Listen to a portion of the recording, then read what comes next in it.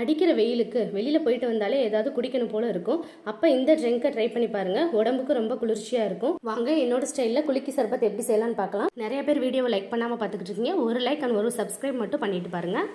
இதுக்கு முதல்ல ஒரு பாத்திரத்தில் 2 ஸ்பூன் அளவுக்கு சப்ஜா சீடை ஒரு 10 நிமிஷம் ஊற வச்சு எடுத்துக்கோங்க. 10 நிமிஷம் ஊறவுடனே நல்லா சூப்பராக ஃப்ளஃபியாக ரெடியாகி வந்துடும். இப்போ இதில் ஒரு லெமன் கட் பண்ணி எடுத்துக்கோங்க. தேவைப்பட்ட ஒரு பச்சை மிளகாயும் கட் பண்ணி கீறி வச்சுக்கோங்க. இப்போ ஒரு ஜாரில் கட் பண்ணி வச்ச லெமனு, ஒரு பச்சை மிளகாய் கீறி வச்சுருக்கோம்ல அதையும் போட்டுக்கோங்க.